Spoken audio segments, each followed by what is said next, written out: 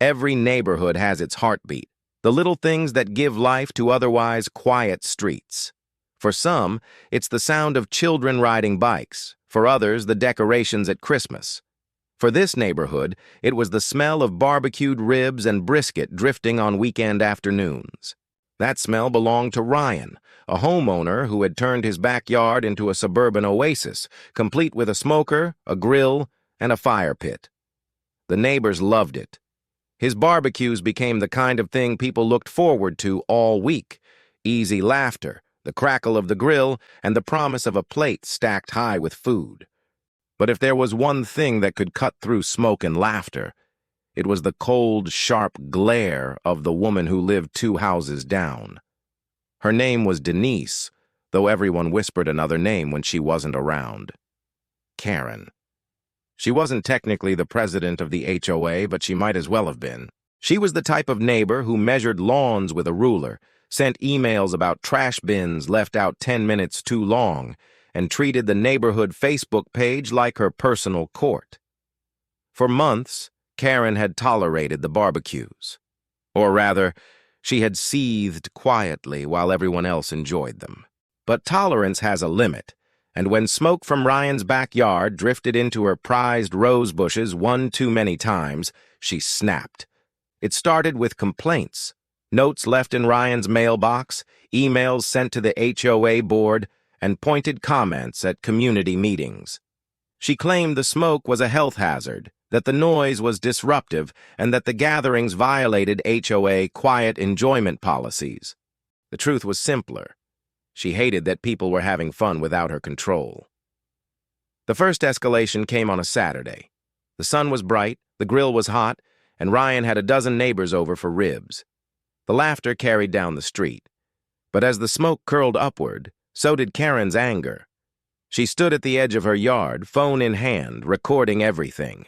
Later, screenshots of her Facebook posts surfaced. She had written paragraphs about how certain residents were poisoning the air and endangering children with secondhand smoke. At first, the neighbors ignored her. After all, who doesn't love free barbecue? But Karen wasn't one to be ignored. She filed an official complaint with the HOA. Suddenly, Ryan received a letter stating that his frequent parties were being reviewed for violations. The letter warned that continued gatherings could result in fines or even legal action. It was a blow, but Ryan wasn't ready to give up. The parties weren't just about food. They were about community. They kept the neighborhood alive, friendly, and connected. To let Karen shut them down felt wrong, not just for him, but for everyone who came. Still, the warning weighed heavily. The next barbecue was smaller, quieter. People noticed the change. Some whispered about Karen's growing power. Others wondered how far she would go. And Karen? She walked by with a smug smile, certain she had won the first battle. But the thing about trying to take away what people love is that it creates resistance.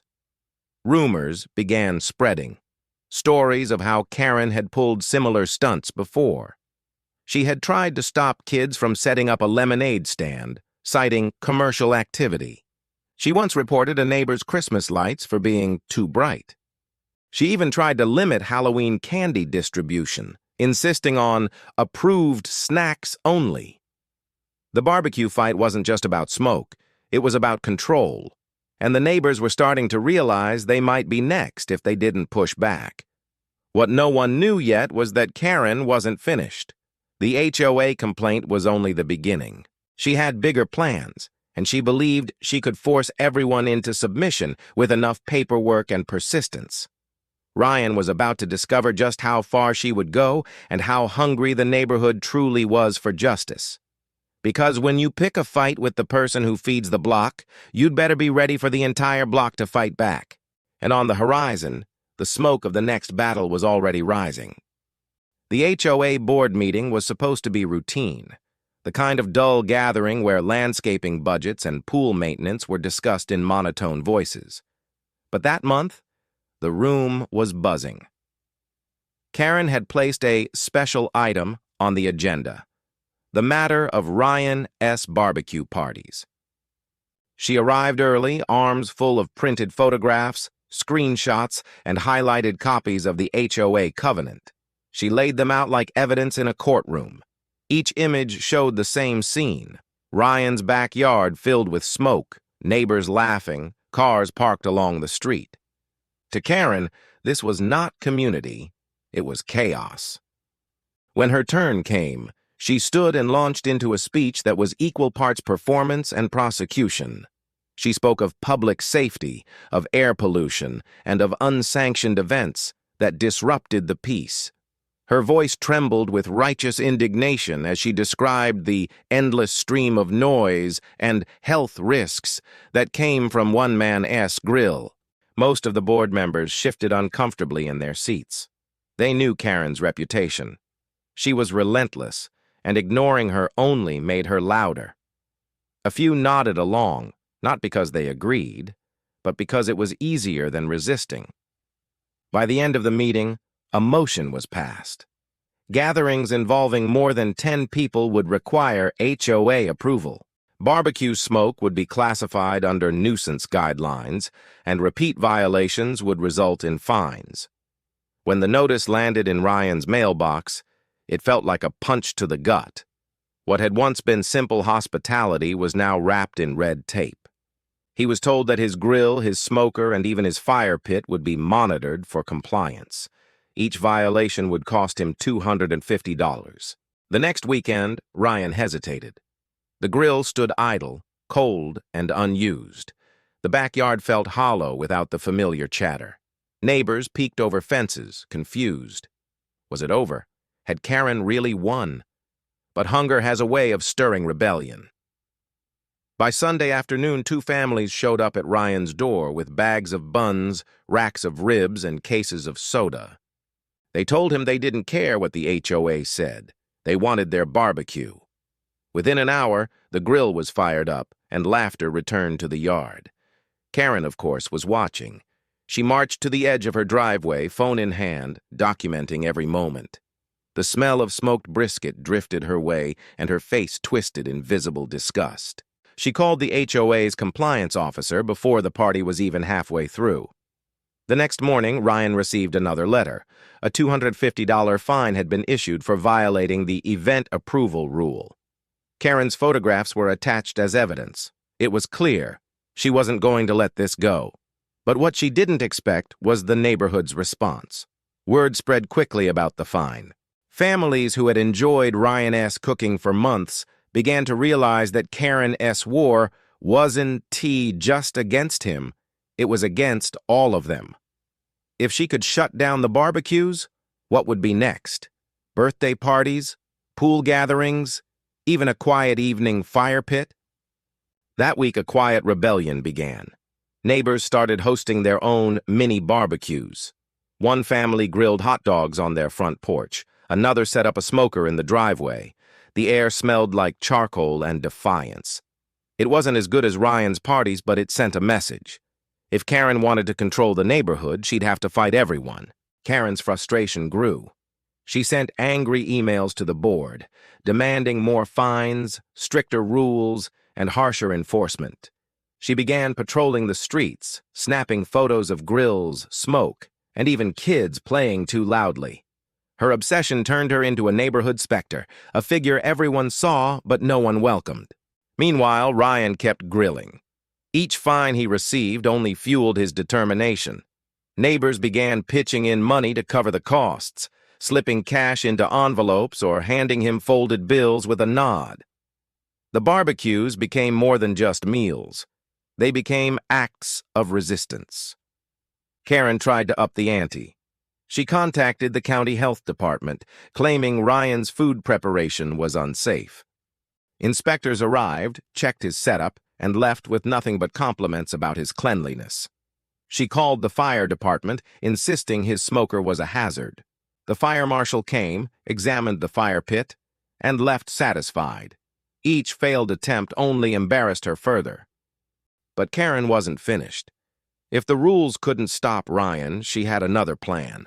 Something bigger, something that would hit where it hurt most. She began drafting a proposal for a complete ban on outdoor cooking in the neighborhood. No grills, no smokers, no fire pits. If she succeeded, the smell of barbecue would vanish for good. The neighbors didn't know it yet, but the fight was about to escalate beyond fines and letters. Karen was preparing for war, and she believed she could win by rewriting the very rules of the community. The next board meeting would decide it all. By the time the next HOA meeting rolled around, Karen had prepared her masterpiece. A 30-page proposal, neatly stapled, filled with clauses and citations. She carried it like a trophy, certain this time she would achieve total victory.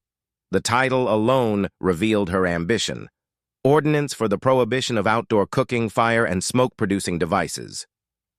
In her mind, this wasn't just about Ryan anymore. This was about control. She wanted to shape the neighborhood into her vision of order: pristine lawns, silent evenings, and no whiff of charcoal ever again. The boardroom was tense that night. The proposal was read aloud, clause by clause. Karen had thought of everything: fire safety, air quality, property values. She presented it as a public good, cloaked in language that sounded reasonable until one realized what it meant. No more barbecues, no more family cookouts, not even a marshmallow roasted over a fire pit. When the board opened the floor for comment, the dam burst. Neighbors who rarely spoke at meetings stood up, one after another. They talked about birthday parties, about 4th of July cookouts, about memories built around fire and food. Some spoke softly, some with anger, but all with the same message. Karen had gone too far. But Karen, seated in the front row with her arms crossed, only smirked. To her, the protests were noise. She had the rules on her side, and she believed the board would bend to her will. What she didn't expect was what happened after the meeting. For the first time, the neighbors realized they weren't alone in their frustration. In hushed conversations in driveways and over fences, alliances were formed. A Facebook group was created: Save Our BBQ. By the end of the week, half the neighborhood had joined. Plans began to take shape. They started documenting Karen's behavior: the photographs she took of children playing, the confrontations at mailboxes, the late-night emails sent to the HOA board. They collected stories of her past crusades: the Christmas lights complaint, the lemonade stand incident, even the time she tried to enforce approved lawn furniture styles. Suddenly, Karen's pattern wasn't just rumor, it was evidence. Meanwhile, Ryan became something he never expected: a symbol. The man with the smoker was now the face of a movement. Neighbors began dropping off firewood, charcoal, and meat as contributions. One family built him a custom BBQ fun jar that sat proudly on his patio. Each fine that Karen forced through the HOA was met with laughter and donations. If she wanted to bleed him dry, the neighborhood would keep him fed. But Karen doubled down. She pushed her proposal relentlessly, lobbying board members with calls and emails. She cited property values, claiming that smoke deterred buyers. She painted pictures of lawsuits waiting to happen if a guest ever got sick. And she never missed a chance to document Ryan's parties, still sending complaint after complaint. The board was caught in the middle. On one hand, they were tired of Karen's constant pressure. On the other, they worried about legal risks if they ignored her. The vote was scheduled for the following month, and tensions in the neighborhood reached a boiling point. Then came the breaking point. On a warm Saturday afternoon, Ryan hosted the biggest barbecue yet. Word had spread beyond the block. Families came from nearby streets, bringing sides and drinks, turning his backyard into a festival. Music floated through the air, kids ran barefoot on the grass, and the smell of ribs carried for miles. Karen lost it. She stormed to the edge of the yard, phone in hand, screaming into the camera as she filmed. She called the police, reporting a hazardous gathering. She called the fire department again, demanding they shut down the smoker. When officers arrived, they found nothing illegal, just happy neighbors enjoying food. They left, but not before exchanging glances that suggested they were growing tired of her constant calls. The neighborhood, however, had seen enough. Karen's meltdown was recorded by multiple phones and uploaded to the Save Our BBQ group within minutes. From there, it spread to wider community forums. Soon, the video was circulating under captions like, "Local HOA Karen tries to shut down cookout," and "The BBQ police." The more people watched, the more sympathy Ryan gained.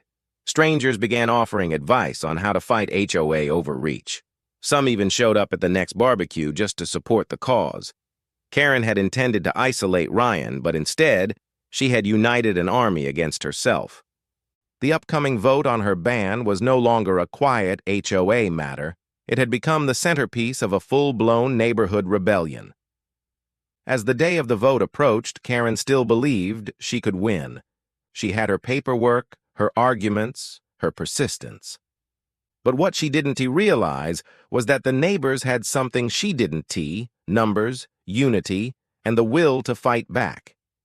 And when food and freedom are on the line, hunger always beats rules. The stage was set for the biggest HOA showdown the neighborhood had ever seen. The night of the HOA vote felt less like a board meeting and more like a trial. The community clubhouse overflowed with residents far more than usual. Normally, a handful of people showed up to discuss landscaping budgets and pool repairs. That evening, nearly every homeowner filled the chairs, lined the walls, even stood in the doorway. The air was heavy with anticipation, the kind that builds before a storm. Karen sat front and center, papers stacked neatly on the table before her, each page marked with colored tabs. She wore the look of someone certain of victory, the kind of expression that comes from rehearsing an outcome in your head until you believe it is already written. The proposal she had crafted, a complete ban on outdoor cooking, was on the agenda. And in her mind, it was already law. Ryan sat near the back, not alone, but surrounded. Neighbors who had enjoyed his ribs and brisket sat beside him. Families he barely knew nodded encouragement when their eyes met. He hadn't asked for this fight, but here he was, a reluctant symbol of community spirit standing against control. The meeting began with routine matters: approval of minutes, updates on pool maintenance. The air was tense, as if everyone was simply waiting for the real fight to begin. And then it did. The board chair announced the proposal. Karen rose immediately, as if she had been waiting all her life for that moment. Her voice carried through the room with rehearsed precision. She painted a picture of a neighborhood in decline, plagued by smoke, noise, and potential lawsuits. She held up photographs, reports, and copies of rules. She invoked public safety and property values. Every sentence dripped with authority, her gaze daring anyone to interrupt. When she finished, the silence was heavy. She sat down, lips curved in a tight smile, as if daring the room to challenge her. And then they did. One by one, residents stood to speak. A young mother spoke of her son's birthday party, how the barbecue in Ryan's yard had been the highlight of the summer. An older man described the smell of smoked ribs as a reminder of his childhood. Families recounted nights of laughter, food, and togetherness that had made the neighborhood feel like home. Each voice added to the swell of resistance. Karen's smirk began to fade. She shifted in her seat, shuffling her papers as though they would shield her from the tide rising in the room. And then came the bombshell. A neighbor stood and held up her phone. On the screen was the video, the one of Karen screaming at the barbecue, calling the police and fire department, while families stood bewildered. The room erupted in murmurs as the video played. Karen's shrill demands filled the air, her frantic gestures captured in crisp detail. By the time it ended, silence fell again, but this time it was the silence of collective judgment. Karen's cheeks burned crimson. She tried to protest, to claim the video was taken out of context, but the damage was done. When the board opened the floor for final comments, Ryan finally rose. He spoke plainly, without theatrics. He described what the barbecues had meant, not just to him, but to the entire community. He talked about neighbors who had met for the first time over a plate of food, about kids who ran freely in the yard, about friendships formed over shared meals. He acknowledged the fines, the complaints, the pressure, but he ended with a simple truth. The barbecues were never about him. They were about all of them. The room thundered with applause. When it came time for the vote, the board members looked uneasy. They had endured Karen's pressure for months, but now they faced a room united against her. Each vote was cast slowly, deliberately. One by one, they rejected the proposal. Not a single hand rose in support. Karen's plan had failed. The clubhouse erupted with cheers. Neighbors hugged, laughed, and clapped Ryan on the back. For the first time, Karen had been defeated not with silence or compliance, but with unity. But the night wasn't over. Karen sat frozen in her chair, eyes locked on the board, her hands gripping the stack of papers. When the noise died down, she stood, trembling with rage. She declared that the neighborhood was lawless, that children would suffer, that the board had made a grave mistake. And with that, she stormed out, slamming the door behind her. The meeting ended in celebration, but the taste of victory was mixed with unease. Everyone knew Karen too well. She wasn't the type to accept defeat quietly. She would stew, plot, and strike back harder than before.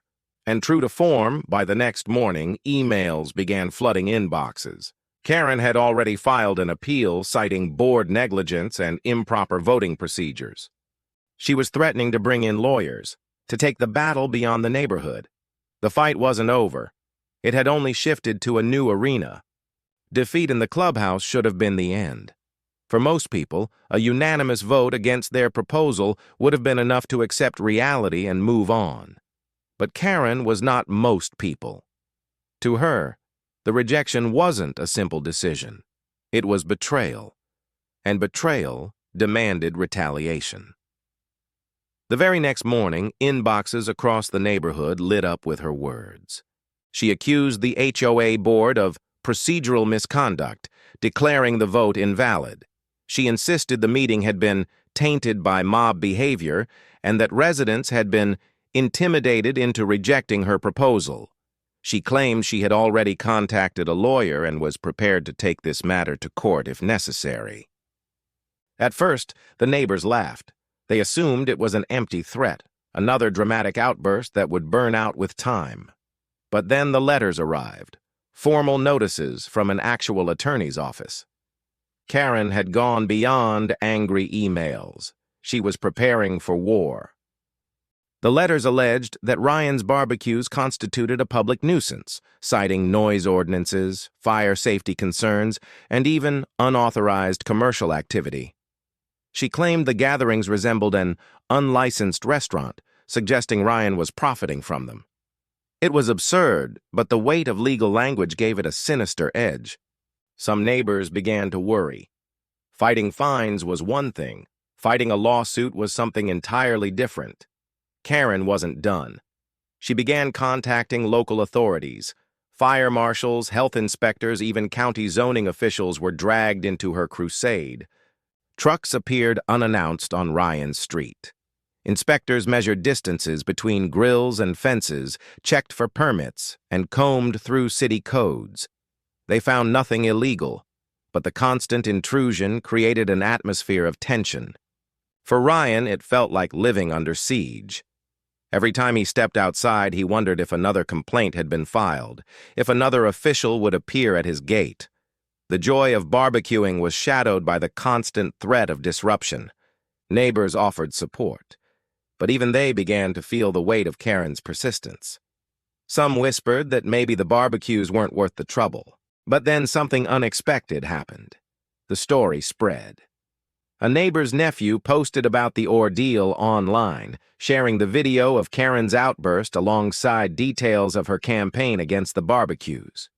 The post went viral within days.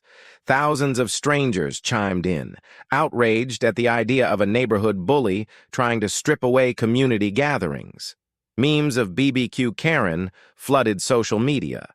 Karen hated it. She threatened lawsuits against anyone sharing the video, but the more she fought, the further it spread. She had become an unwilling symbol, a cautionary tale of overreach and obsession. The newfound attention galvanized the neighborhood.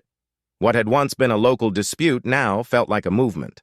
Residents began organizing openly in support of Ryan. Flyers appeared in mailboxes announcing a community cookout on the very street Karen lived on. Dozens of households pledged to bring food, drinks, and supplies. It was no longer just about barbecues. It was about defiance. When the day of the cookout arrived, the street was alive with laughter and smoke. Grills lined the sidewalks. Music played. Children darted between clusters of adults holding plates piled high with food. The smell of ribs, burgers, and corn on the cob drifted through the air. It was the largest gathering the neighborhood had ever seen. Karen, of course, was furious.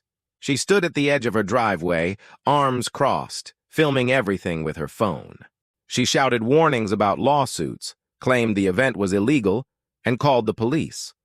Officers did show up, but after a quick survey, they left with plates of food in hand, shaking their heads at the spectacle. The cookout became a turning point. It proved that Karen's power was limited. Her threats might be loud, but they weren't absolute. The community had found strength in unity, and no lawyer's letter could undo that. Still, Karen wasn't finished. Behind closed doors, she continued plotting. If she couldn't stop the barbecues with rules, votes, or even legal intimidation, she would find another way. And soon enough, whispers spread that she was preparing her boldest move yet, a direct challenge to Ryan S.'s right to live in the neighborhood at all. The battle over barbecue had escalated into something much larger. It was no longer just about food or noise or rules. It was about the very heart of the community and whether one person's obsession could tear it apart. The stage was set for the final confrontation. Karen had lost the vote. She had lost the legal scare tactics. She had even lost the battle of public opinion, her name plastered across social media as the poster child of neighborhood obsession. But in her mind, the war wasn't over. She was convinced she had one final move, a checkmate that would wipe Ryan and his barbecues from the neighborhood forever. Her plan was as bold as it was outrageous. She filed a formal petition to revoke Ryan's right to remain in the community. She claimed he was a repeat offender, a detriment to property values, and an ongoing public nuisance. She lobbied the HOA board to enforce what she called compulsory removal procedures. In simple terms, she wanted him evicted. The audacity shocked everyone. Even her closest supporters, few as they were, hesitated. But Karen pressed on. She demanded an emergency meeting, promising that the community would thank her once Ryan was gone. When word spread, the neighborhood erupted. People who had never spoken to Ryan before showed up at his door offering support. Some pledged money to cover legal fees. Others promised to testify on his behalf. The unity that had begun with backyard barbecues had now transformed into something larger, a defense of community itself against Karen's iron fist. The meeting drew the biggest crowd yet, standing room only. Even local reporters showed up, curious about the story that had captured so much online attention. Karen strode in with her usual stack of papers, head held high, her expression radiating certainty.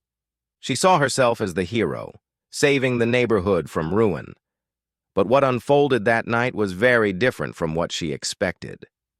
The board let her speak first. She launched into her tirade, listing every supposed violation Ryan had ever committed. She described smoke drifting into her home, noise disrupting her evenings, the deplorable sight of crowds gathered on his lawn. She spoke of health risks, fire hazards, and property values. By the time she finished, her voice was sharp with exhaustion, her hands trembling as she shuffled her papers. Then, the floor opened to the community, and once again, they rose. Not with anger, but with stories. One family described how Ryan's cookouts had been their first introduction to the neighborhood, how they had felt welcomed instantly because of his generosity. An elderly couple talked about how they looked forward to the smell of smoked ribs drifting through their window, a reminder of family dinners from decades past. Parents spoke about the joy their children found running freely in his yard, playing games while adults shared meals. The testimonies piled up, one after another, painting a picture of a man who had not divided the neighborhood, but brought it together. And then, someone brought forward a petition, signed by nearly every household on the street, formally opposing Karen S.'s request for removal. The board looked stunned. They glanced between Karen, still clutching her papers, and Ryan, sitting quietly, surrounded by neighbors who had become his allies. The choice was obvious. They rejected her petition unanimously. For Karen, it was the final humiliation. She tried to argue, tried to threaten appeals and lawsuits, but her voice was drowned out by the sound of applause filling the clubhouse. She stormed out, slamming the door behind her, her shouts echoing in the hallway. But what happened next was the true ending. A week later, the neighborhood gathered again, not in the clubhouse, but in Ryan's backyard. It was the biggest barbecue yet. Tables overflowed with food, grills lined the fence, and laughter echoed late into the evening. Even the HOA board members showed up, plates in hand. The moment of poetic justice came when one neighbor revealed a final twist. After her failed petition, Karen had quietly put her house up for sale. Whether it was the embarrassment, the viral attention, or simply the fact that she could no longer control the community, she was leaving. And so, as the smell of smoked ribs filled the night air, the neighbors raised their glasses in a toast, not just to Ryan, but to themselves. They had stood up, they had held together, and they had refused to let one person's obsession destroy their joy. The story had begun with fines, rules, and threats. It had ended with unity, laughter, and the sweetest victory of all. Karen had tried to ban the barbecues. In the end, she was the one left hungry.